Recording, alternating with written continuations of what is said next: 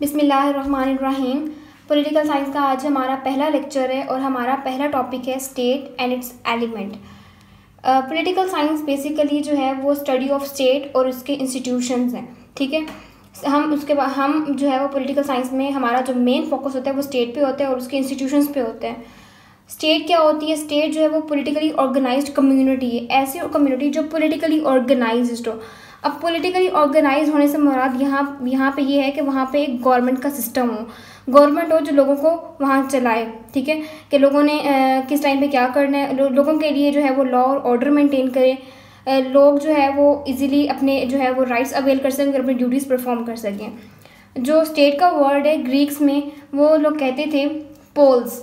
Poles mean city state. अब हम बात कर रहे हैं यूनान के लोगों की, बिफोर क्रिस्ट से पहले की हम बात कर रहे हैं, कबल अज़ मसीह। सिटी स्टेट की बात की है तो सिटी स्टेट से मुराद ये है, हम यहाँ पे सिटी का वर्ड क्यों यूज़ करें, क्योंकि हमारे यहाँ स्टेट का वर्ड और सिटी का वर्ड जो है वो डिफरेंट यूज़ होते हैं। स्टेट के अंदर सिटी होते हैं, ठीक है, लेकिन यहाँ पे मैंने कहा सिटी स्टेट।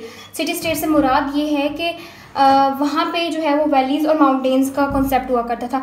डिफरेंट वैलीज़ हुआ करती थी, तो जो माउंटेन्स होते थे वो उनको जो है वो डिवाइड कर देते थे। तो एक वैली में कुछ लोग जो है वो रहा करते थे। जब कुछ लोग उस वैली के अंदर रहा करते थे तो उसको हमने नाम दिया सिटी स्टेट का। ठीक है, तो इसलिए जो ग्रीक्स के लोग हैं वो इसको सिटी स्टेट बुलाते थे। ठीक है, उसके बाद रोमन्स इसको सिवियर्स कहते हैं, सिवियर्स और स्टेटस रिपब्लिक। ठीक है, 15वीं और 16वीं सेंचुरी में जो है ये वर्ड चेंज होके जो है वो स्टेट बना। स्टेटस रिपब्लिक से जो है वो हम इसको फिर स्टेट कहने लगे। उसके बाद है different meanings of the term state. State के डिफरेंट मीनिंग्स हैं। हॉब्स ने डिफरेंट मीनिंग बताया स्टेट का। जैसे हॉब्स ने कहा कि स्टेट जो है वो एक लाविथन है, एक जाइंट है जो बहुत सारे इंडिविजुअल्स पे कंपोज्ड है, मतलब इंडिविजुअल से मिलके बनी हुई है। जाइंट जो है बहुत बड़ी बॉडी है, एक बहुत बड़ी बॉडी है जिसके अंदर बहुत सारे इंडिविजुअल्स हैं। इसका मतलब है स्टेट एक जाइंट है जिसके अंदर इंडिविजुअल्स हैं। ठीक है, यहाँ पे वो जाइंट से मुराद स्टेट ले रहा है। ठीक है, उसके बाद है एशियन हिंदूज। एशियन जो हिंदूज हैं वो जो है वो धंधा का वर्ड यूज़ करते हैं स्टेट की जगह। इसका मतलब है पावर। इसका मतलब है कि जो अगर एक अलग स्टेट होगी तो वो अलग स्टेट जो है वो पावरफुल होगी। ठीक है, बनिस्बत एक अलग स्टेट होगी वो पावरफुल होगी इन अ सेंस दैट कि उसके पास उसकी सोवरेनिटी होगी, वो गवर्नमेंट होगी। उसके जो सोवरेनिटी का कॉन्सेप्ट है फर्दर आपको बताऊंगी तो वो आपको क्लियर हो जाएगा। ठीक है, उसके बाद है मुस्लिम्स इन मिडल एजेस। जो मिडल एजेस के मुसलमान थे उनके मुताबिक जो है वो क्या है, state was a kingly power. जो एक राजा बैठा हुआ करता था ना, जो है वो स्टेट को चला रहा होता था, तो अगर वो पावरफुल है, लोग जो है उस राजा की बात मानते हैं तो इसका मतलब है स्टेट पावरफुल है। अगर किंग पावरफुल है तो इनडायरेक्टली स्टेट पावरफुल है। ठीक है, जो आइडियलिस्टिक फिलोसफर्स थे उनका पॉइंट ऑफ व्यू क्या था कि जो स्टेट है वो moral image of God on earth है। ठीक है, जो हमारे पास हम जो आइडियलिस्टिक फिलोसफर्स होते हैं ना, बेसिकली उनके नज़दीक जो है वो जो रियलिटी है, उनके नज़दीक जो रियलिटी है वो जस्ट सोल और माइंड है। ठीक है, उसके अलावा बाकी जितनी भी चीज़ें हैं वो सारी मटेरियल हैं और वो एग्जिस्ट करें या ना करें इससे कोई फ़र्क नहीं पड़ता। तो उनके मुताबिक जो है वो अल्लाह ताला का एक नुमाइंदा है जो है ज़मीन पे है। ठीक है, various definitions of the term state. State के बहुत सारी डेफिनेशंस हैं। डिफरेंट फिलोसफर्स ने डिफरेंट टाइम पीरियड में जो है वो स्टेट के बारे में कहा। फ्रेंच किंग जो है वो लुइस 14 उसने कहा कि I am the state.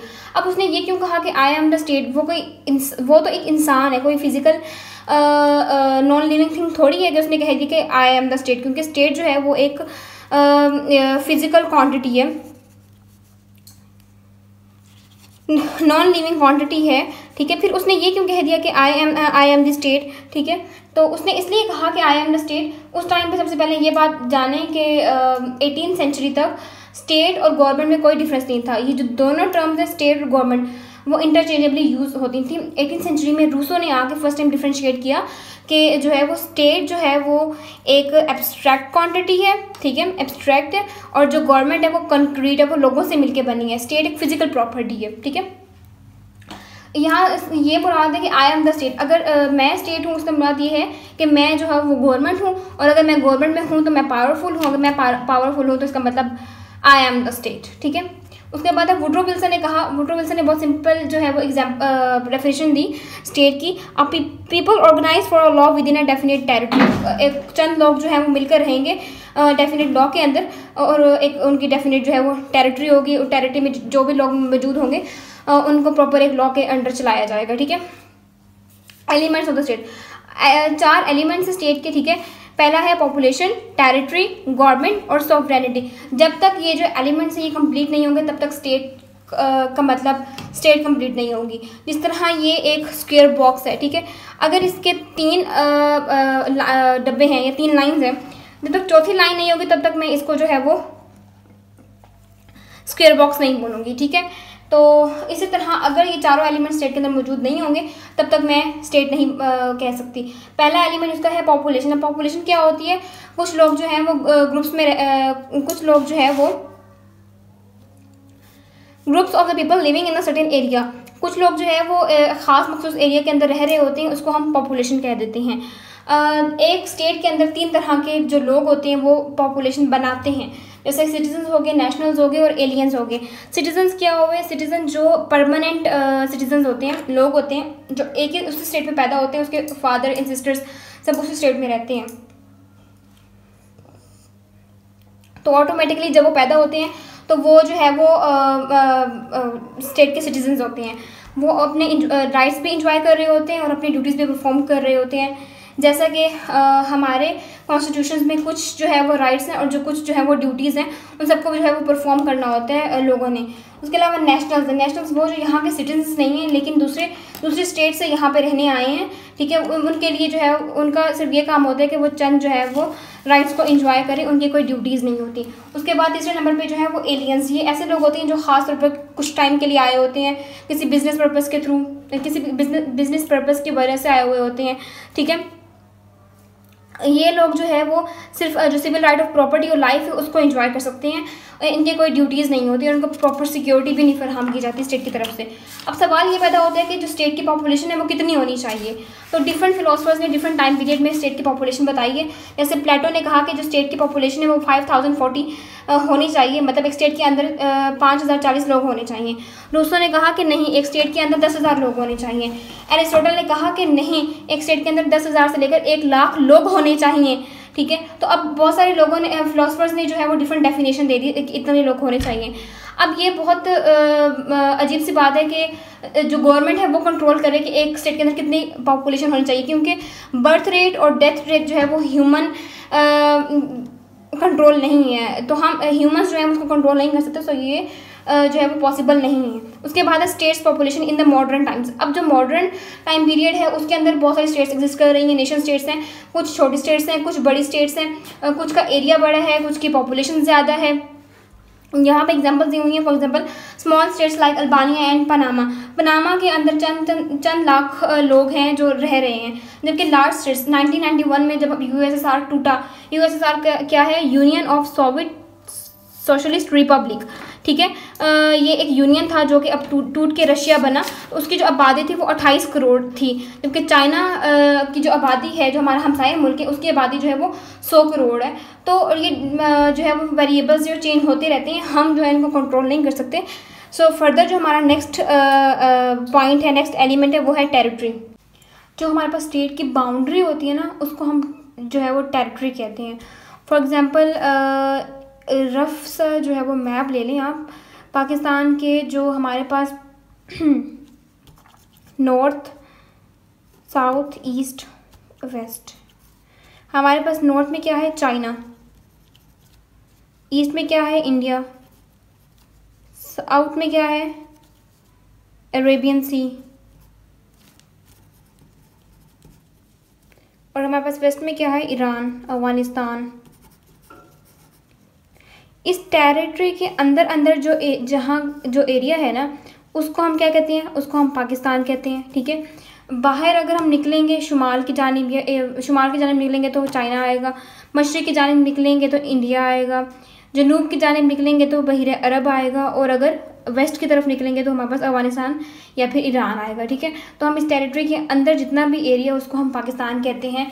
Example क्या है, हमारे पास ज्यूज़ एंड सब कॉन्टिनेंट। अब एग्जाम्पल मैंने यहाँ पे ये कोट करना चाहिए कि जो ज्यूज़ थे, यहूदी, उनकी अपनी कोई स्टेट नहीं थी, ठीक है। 1930 के टाइम पीरियड में जो है उन पर बहुत ज़्यादा जुल्म हुए हिटलर के दौर में। इसराइल के जो अंदर है वो ज़ायोनिस्ट मूवमेंट चली, जहाँ यहूदियों ने अपना जो है वो एक अलग ज़मीन का मुतालबा किया और एक अलग स्टेट बनाई जिसको हम इसराइल कहते हैं।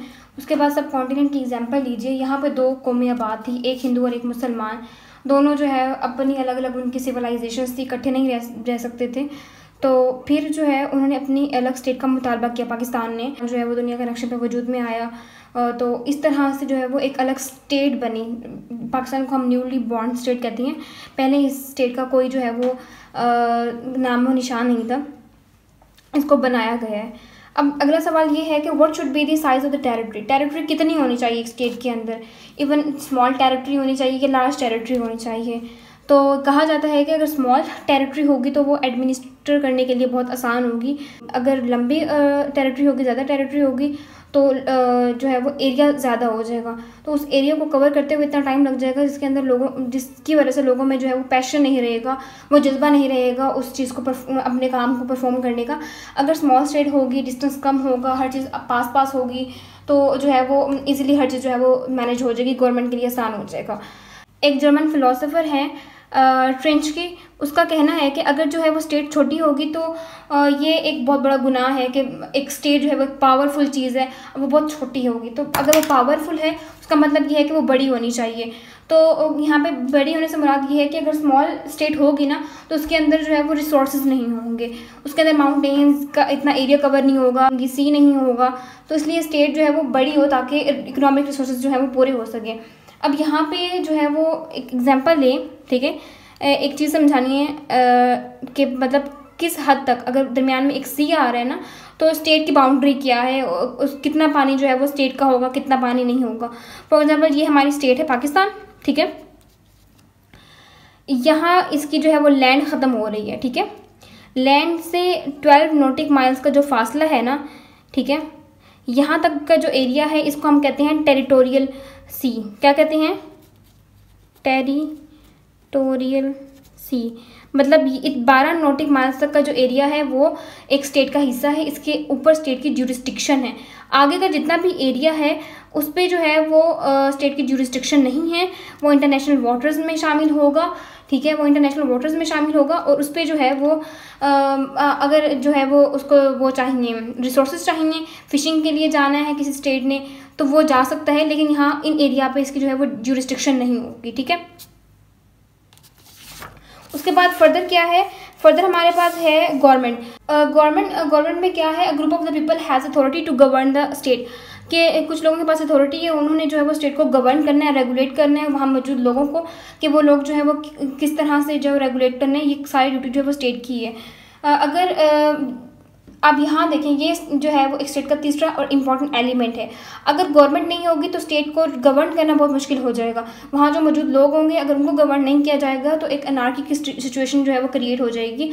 लोग जो है वो आपस में ही लड़ाई करना शुरू हो जाएंगे, झगड़ा होगा जिसका सोल्यूशन कोई नहीं होगा। तो जो भी अगर इस तरह के कोई प्रॉब्लम्स होते हैं तो उनका जो सोल्यूशन होता है वो गवर्नमेंट के पास होता है। अब गवर्नमेंट के कुछ फंक्शंस हैं, जैसा कि the government plan that how should state work. State ने किस तरह से काम करना है, ठीक है, ये गवर्नमेंट प्लान करेगी। स्टेट को किस तरह से एडमिनिस्टर करना है ये भी जो है वो गवर्नमेंट का काम है, ठीक है। लॉ और ऑर्डर को मेंटेन करना भी गवर्नमेंट का काम है। जो गवर्नमेंट है वो जो है वो स्टेट के लिए पॉलिसी बनाती है कि फर्दर ये प्रॉब्लम्स हैं, ये हेल्थ के प्रॉब्लम्स हैं, ये एजुकेशन के प्रॉब्लम्स हैं, उससे रिलेटेड जो है वो उससे रिलेटेड जो है वो गवर्नमेंट पॉलिसी बनाती है, ठीक है। और फिर वही पॉलिसी गवर्नमेंट ही इम्प्लीमेंट करवाती है, ठीक है। उसके बाद है organise the people dwelling within a territory. जितने भी लोग उस टेरिटरी के अंदर रह रहे हैं ना उनको ऑर्गेनाइज करना उस गवर्नमेंट की जिम्मेदारी है, ठीक है। उसके बाद है सॉवरेनिटी। ये स्टेट का सबसे इंपॉर्टेंट असेंशियल एलिमेंट है, चौथा और लास्ट एलिमेंट है। अगर सॉवरेनिटी नहीं होगी तो स्टेट का होने का कोई फ़ायदा नहीं है। अगर सॉवरेनिटी होगी तो उसका मतलब है स्टेट के पास स्टेट पावरफुल है, अगर सॉवरेनिटी नहीं है तो स्टेट पावरफुल नहीं है, ठीक है। अब सॉवरेनिटी है क्या? The supreme, real, unlimited power exercised over all the person and associations within the boundaries of the state, independent of the every outside power. Supreme, आला, रियल, अनलिमिटेड पावर जो लोगों स्टेट के अंदर मौजूद लोगों पर पावर एक्सरसाइज की जाए, ठीक है, अनलिमिटेड हो, रियल भी हो, और सबसे बड़ी बात ये कि उसमें कोई बैरूनी ताकत शामिल ना हो। जो गवर्नमेंट होती है ना, वो सॉवरेनिटी के तहत ही लोगों को रेगुलेट कर रही है। उसके पास क्या है, सॉवरेनिटी है, जिसके तहत वो लोगों को रेगुलेट कर रही है। अगर ये सॉवरेनिटी नहीं होगी तो वो लोगों को रेगुलेट नहीं कर सकेगी, लोग जो है वो उसकी बात नहीं मानेंगे। तो सॉवरेनिटी का होना बहुत ज़रूरी है।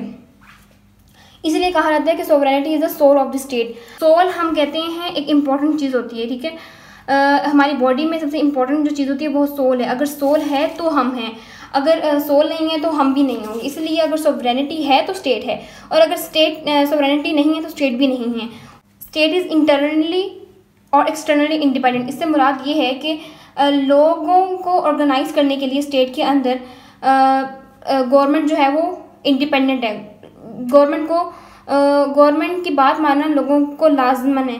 अगर लोग गवर्नमेंट की बात नहीं मानेंगे तो फिर इसके मुकाबले में गवर्नमेंट जो है वो उनको सजाएं देगी। और कोई भी जो है वो शख्स जो है वो स्टेट के खिलाफ नहीं बोल सकता, ठीक है। उसके बाद एक्सटर्नली इंडिपेंडेंट से मुराद ये है कि स्टेट जो है वो जो भी काम करेगी वो सारे जो होंगे वो कोई भी एक्सटर्नल जो पावर है वो इन्फ्लुएंस नहीं कर सकेगी स्टेट के ऊपर, ठीक है।